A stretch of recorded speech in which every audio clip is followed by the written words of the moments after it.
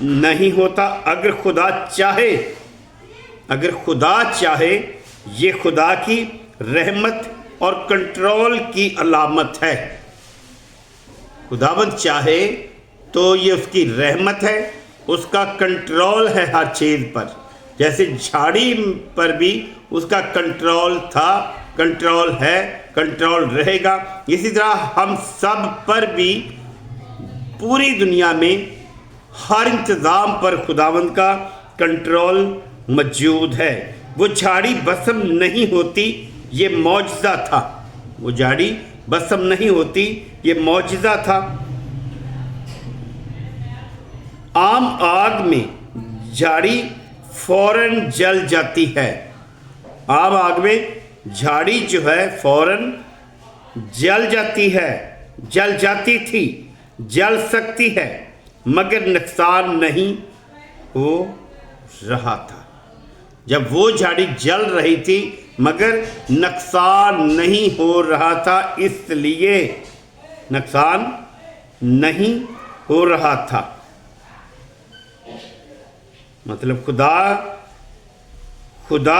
مطلب خدا کی آگ تباہ کی نہیں ہے۔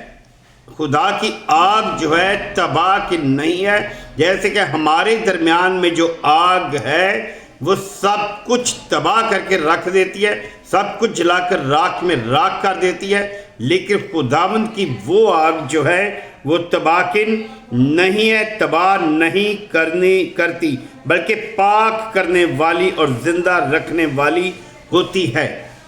جو خداوند کی طرف سے آگ ہے بلکہ پاک کرنے والی اور زندہ کرنے والی ہوتی ہے۔ اس آیت کا بڑا سبق اور اہمیت مسیحی نقطہ نظر سے ہے۔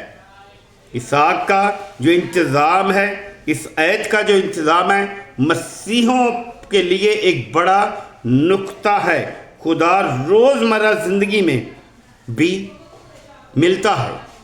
خداوند جو ہے ہر وقت، ہر روزمرہ کی زندگی میں انسان کے ساتھ ملتا ہے، اس کے ساتھ بات کرنا چاہتا ہے، ہم کلام ہونا چاہتا ہے، اس کی زندگی میں رہنا چاہتا ہے اور اس کے ساتھ اپنی معجزات کو ظاہر کرنے کی قدرت رکھتا ہے۔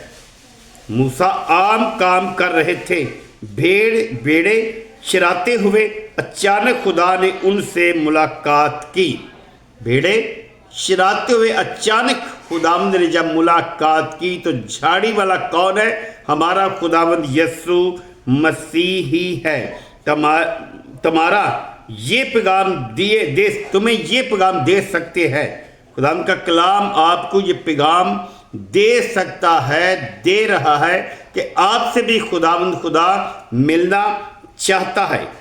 زندگی میں بھی جلتی جھاڑی کی طرح ظاہر ہو سکتا ہے۔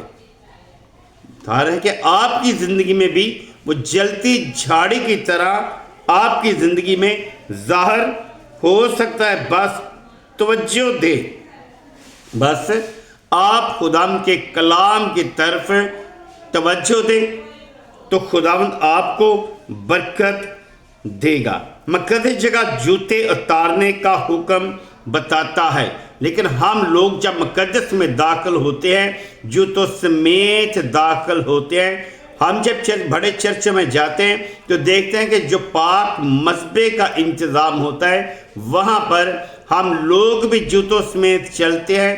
فادر صاحب، پادری صاحب بھی بہت ساری جگہوں پر ہم دیکھتے ہیں کہ وہ بھی جوتوں سمیت وہاں پر داخل ہوتے ہیں، لیکن جہاں پر دعا ہوتی ہے، عبادت ہوتی ہے، خداوند کو یاد کیا جاتا ہے، پاک مذبح جو ہوتا ہے وہاں پر جوتے لے کر جانے کی اجازت نہیں ہے، کیونکہ وہ جگہ مقدس ہو جاتی ہے۔ آج تمہارے لیے یہ دعا، عبادت اور یسوع کے نام ہے۔